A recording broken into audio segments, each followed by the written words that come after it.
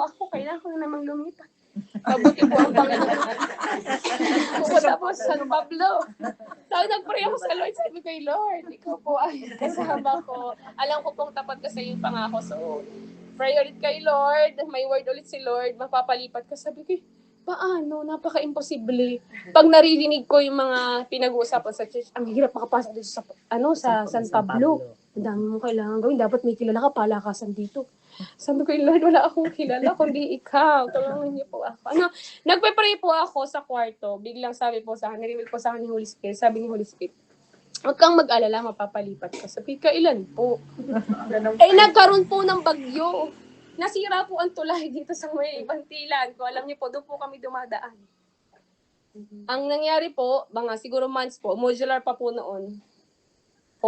Kung sa pagkakaalala ko po, nagkaroon ng modular noon, hindi ko alam kung dahil sa tag-init o dahil po sa yung pandemic pa rin. Ano po? So nasira po ang tulay sa Bantilan. So ang layo po nang iniikutan ng asawa ko. Para kami po ay sabay na sumamba paglinggo. Susunduin niya pa ako sa Batangas. So ang hirap po na gano'ng sitwasyon. Pero may sinabi po ang Lord, mapapalipat ka, intayin mo lang.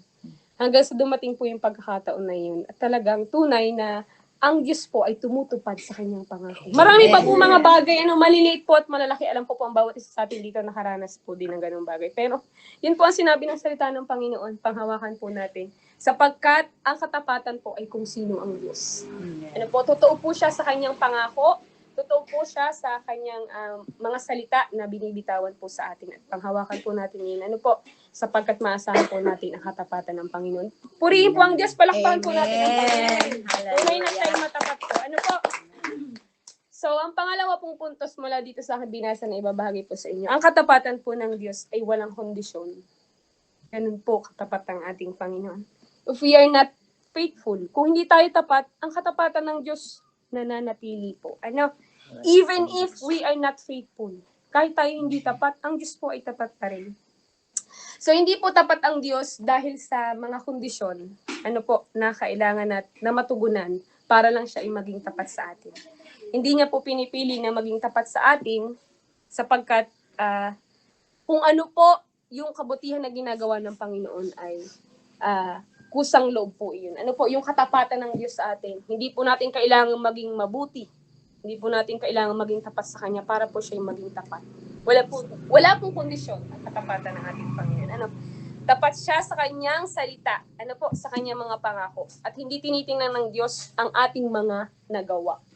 Kasi po, kung titingnan niyo ng Panginoon, ay hindi po magiging sapat. Pinagpapatuloy niyang tuparin ang kanyang bahagi ng kasunduan po, ng covenant sa bawat isa sa atin. Kahit nga po hindi tayo tapat sa maraming mga bagay, ang Diyos tapat pa rin. So, ganun po kabuti ang Panginoon. Ganun po katapat ang ating Diyos. Maasahan po natin ang kanyang katapatan. So, pinakita po ng Panginoon ang kanyang katapatan sa maraming mga karakter sa Biblia. Kay Moises po, sa Israelites. Gaano po ang ginawa ng mga Israelita. Pero yung katapatan ng Diyos nandoon. Nung pong dumating ang panahon na walang makakain ng mga Israelites, di ba? Pareho po sila reklamo. Pinurubaydan po sila ng Panginoon ng mana. Nung naubos na yung supply na iyon, ano pong ginawa ng Panginoon? Nung wala silang maiinom, inutusan niya si Moises. Nagkaroon po sila ng maiinom. Noon pong gusto nila ng karne, humingi sila ng karne, nag-provide din po ang Panginoon. Ano po ang pinrovide nila? Yung pong pugo. Yan po. Tapos pinatretahan niya po ang mga Israelites. Ang dami pong complain ng mga Israelites ng mga panahon na yun. Ang dami po nilang mga ginawa na kung sa atin pong terminolohiya ay kalokohan. Pero hindi po iyon nabago. Hindi po nabago yung katapatan ng Diyos. So ang katapatan po ng Diyos ay wala pong kondisyon. Katulad po ng Israelites, tayo po ay marami din mga nagagawang hindi nakalulugod sa Panginoon. Pero po ang katapatan ng Diyos, nararanasan po natin. Sapagkat, yun nga po, ang katapatan ng Diyos ay hindi nakabatay po sa kondisyon o walang kondisyon. At ang ikatlo po, ang katapatan ng Diyos ay nakabatay sa Kanya, hindi sa atin. Ang desisyon po ng Diyos na maging tapat sa atin ay wala talagang kinalaman sa atin. Ito ay magandang bagay dahil karamihan po sa atin ay may mga pagkukulang sa nakaraan. Kung yun po ang magiging batayan, titingnan ng Panginoon ang ating nakaraan, kung gaano tayo naging tapat sa Kanya. Ako po, kawawa po ako. Ano po? Maaring may layunin tayong maging tapat, pero hindi palaging maganda po ang ating pagsasagawa. Ano po? Iba po ang Diyos. Kung ang kanyang katapatan ay isang tugon sa atin, magiging nakadepende po ang kanyang katapatan sa atin. Ngunit ang kanyang katapatan po ay nararanasan natin kahit na marami tayong mga pagkukulang. Ano po? Kahit na hindi maganda yung nakaraan natin. Ang katapatan ng Diyos ay hindi nakabatay sa kung sino ang tao, sa kung sino tayo, kundi sa kung ano po ang Diyos at kung sino ang Panginoon. Nananatiling tapat ang Diyos at tumutupad sa kanyang mga pangako. Ano po? Ngayon po, naranasan natin yung katapatan ng Panginoon. Amen po ba? Amen. Ano po? So, meron po siyang sinasabi sa kanyang salita. Ano po? Dahil naranasan natin ang katapatan ng Panginoon, maging tapat din po tayo sa Diyos. Ano po? Sabi po niya din doon sa Deuteronomy 7:9b, yung pong sunod doon. Tapat siya sa lahat ng umiibig sa Kanya at sumusunod sa Kanyang mga tuntunin. Ipinadarama niya ang Kanyang pagmamahal hanggang sa 1,000 salinlan. Ganun po ang katapatan ng Panginoon. Ano? Hindi lang po ngayon niya ipapaldama. Pag tayo po'y naging tapat sa Diyos, dahil po siya'y tapat sa Kanyang katapatan at ang sabi nga po niya sa Kanyang salita, tayo po ay maging tapat din sa Kanya. Yun po ang pagsasagawa natin, ano po, ng mensaheng ito.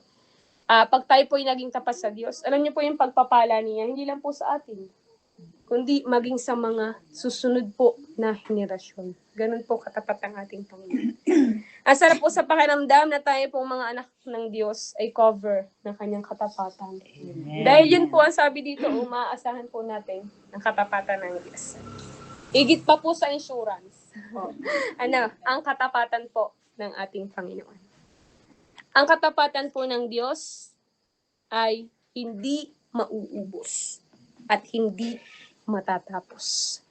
Dito po ako magtatapos. Amen. Ang katapatan po ng tao ay mayroong limitasyon. Pero ang katapatan po ng Diyos, walang hanggan.